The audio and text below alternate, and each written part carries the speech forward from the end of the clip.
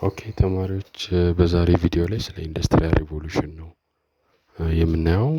ኢንዱስትሪያል ሪቮሉሽን ያው ዩኒት ዋን ግሬድ 12 ላይ ያለ አንድ ቶፒክ ነው ማለት ነው። ኢንዱስትሪያል ሪቮሉሽን ከ1750 እስከ 1850 የነበረ ታሪካዊ ክንውን ነው ማለት ነው። ስለ ኢንዱስትሪያል ሪቮሉሽን ምንነት ቀጥሎ እናያለን። ኢንዱስትሪያል ሪቮሉሽን ምን ማለት ነው? የሰው ልጅ ከፕሮዳክሽንን ከእጅ ወደ ማሽን ያሸጋገረበት ለውጥ ነው ማለት ነው። ይሄ ማለት ነው ቤት ውስጥ የተለያዩ ምርቶችን ከማምረት ወደ ፋብሪካ የተሸጋገረበት ወቅት ነው ማለት ነው። ይሄ የኢንዱስትሪያል ሪቮሉሽን በብሪቲሽ ከ1750 እስከ 1850 የነበረ ታሪካዊ ኢቬንት ነው። የተጀመረው ብሪቲሽ ውስጥ ነው። ለምንድነው ብሪቲሽ ውስጥ የተጀመረው የሚለውን ቀጥሎ እናያለን። አንደኛ የነበረው የፖለቲካ የተረጋጋ የፖለቲካና የተረጋጋ መንግስት መኖሩ ነው። አንደኛ እንግሊዝ ውስጥ እንዲጀመር ከፍተኛ አስተዋጽኦ ያደረገው። ሁለተኛ ከፍተኛ የሆነ የሀብት ክምችት መኖሩ ነው። በተለይ የተፈጥሮ ሀብት እንደ ኮል እንደና አይረን መኖሩ ለኢንዱስትሪዎች ግብአት የሚሆኑ ሚነራሎች መኖራቸው ለፓወር የሚያገለግል ኮል መኖሩ ከፍተኛ የሆነ አስተዋጽኦ አድርጓል። በተጨማሪ ደግሞ ከፍተኛ የሆነ የካፒታል ክምችት መኖሩና የተለያዩ ምርቶችን ለመሸጥ የሚያስችሉ ሰፋፊ ኮሎኒዎች ወይም ደግሞ ቅኝ ግዛት በወቅቱ ይዘው ስለነበር ይሄም አንድ ምቹ ሁኔታ የፈጠረ ነገር ነው ማለት ነው። ሌላው ደግሞ ኢንዱስትሪያል ሪቮሉሽን በእንግሊዝ ውስጥ እንዲከሰት ከፍተኛ አስተዋጽኦ ያደረገው ምንድነው? አግሪካልቸር ሪቮሉሽን ነው። ያ ማለት አግሪካልቸር ኢምፕሩቭድ እየሆነ መምጣቱ የከተማውን ህዝብ መመገብ መቻሉ ለእንግሊዝ ውስጥ ኢንዱስትሪያል ሪቮሉሽን እንዲፈነዳ ከፍተኛ የሆነ አስተዋጽኦ አድርጓል ማለት ነው። ኢንዱስትሪያል ሪቮሉሽን ቅድም ለመጥቀስ እንደሞከርነው ኢት ኢዝ ኤ ግሬት ሺፍት ኢን ፕሮዳክሽን ሜተድ ያ ማለት ነው።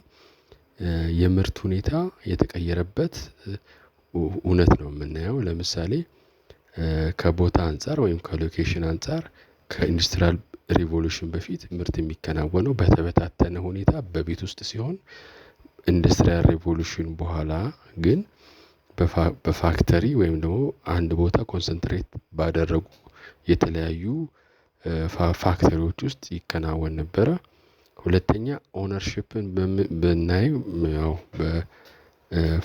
ዋናው የምርቱ ባለቤት ሰራተኛው ነው። እዚህ ጋር ግን ካፒታሊስት ወይም ደግሞ የፋብሪካ ኦነሩ ነው ወይም የማሽኑ ባለቤት ወይም የቢልዲንጉ ባለቤት የምርቱ ባለቤት ነው ማለት ነው። ፓወርን በተመለከተ ከኢንዱስትሪያል ሪቮሉሽን በፊት የሰው ጉልበትን እና የእንስሳ ጉልበትን የውሃ ጉልበትን በመጠቀም የሚከናወን ሲሆን ከኢንዱስትሪያል ሪቮሉሽን ጀምሮ ያለው ግን በስቲም ፓወር በመጠቀም ወይም በሞተር በሚንቀሳቀሱ የተለያዩ ማሽነሪዎች ምርቱ ይከናወናል ማለት ነው። የምርቱ ሁኔታ ብናይ በጣም ስሎው ነው እዚህ ኦልድ ሲስተም ላይ። በተጨማሪ ደግሞ ምርቱ በጣም አነስተኛ ነው። ከኢንዱስትሪያል ሪቮሉሽን በኋላ ግን በጣም ከፍተኛ የሆነ ፕሮዳክሽን እንደነበረ ያሳየናል ማለት ነው። ሌላው ለኢንዱስትሪያል ሪቮሉሽን መከሰት ከፍተኛ አስተዋጽኦ ያደረገው ምንድነው? የተለያዩ ኢኖቬሽኖች መኖራቸው ወይም ፈጠራዎች መኖራቸው ነው። ለምሳሌ ስቲም ኢንጂን መፈጠሩ ይሄን ስቲም ኢንጂን ለመጀመሪያ ጊዜ የፈጠረው ኒው ካሞን የተባለ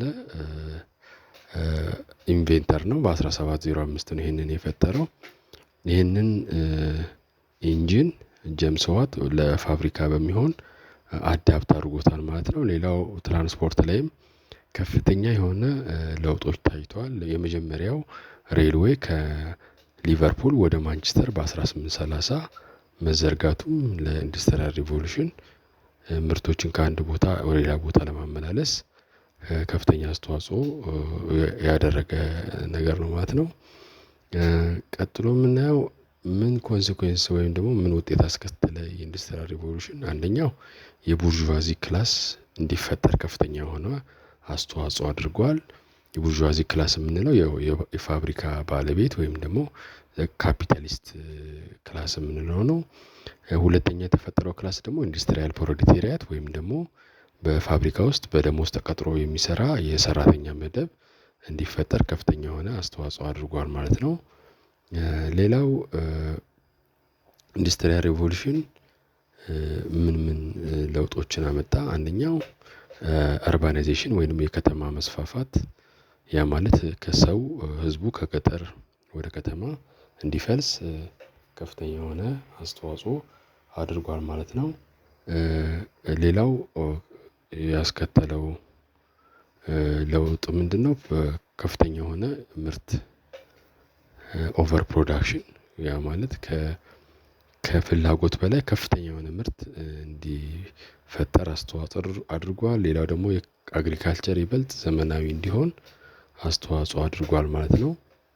ስለዚህ ይሄ የአጠቃላይ ኢምፓክቱ ነው።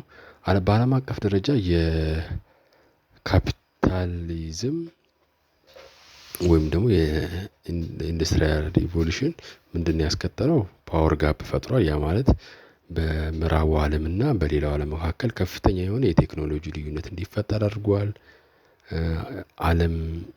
ዓለም በአንድ የኢኮኖሚ ሲስተም ኢንተግሬት እንድታደርግም ከፍተኛ አስተዋጽኦ አድርጓል። ሌላው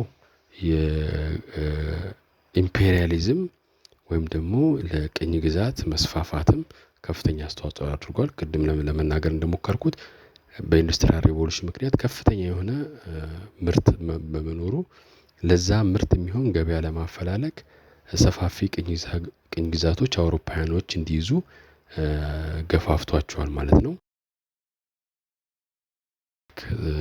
ቻናሉን ሰብስክራይብ በማድረግ ሌሎች ቪዲዮዎች እንዲደርሷቸው አድርጉ። በተረፈ ቴንክ ዩ ሶ ማች። መልካም ጊዜ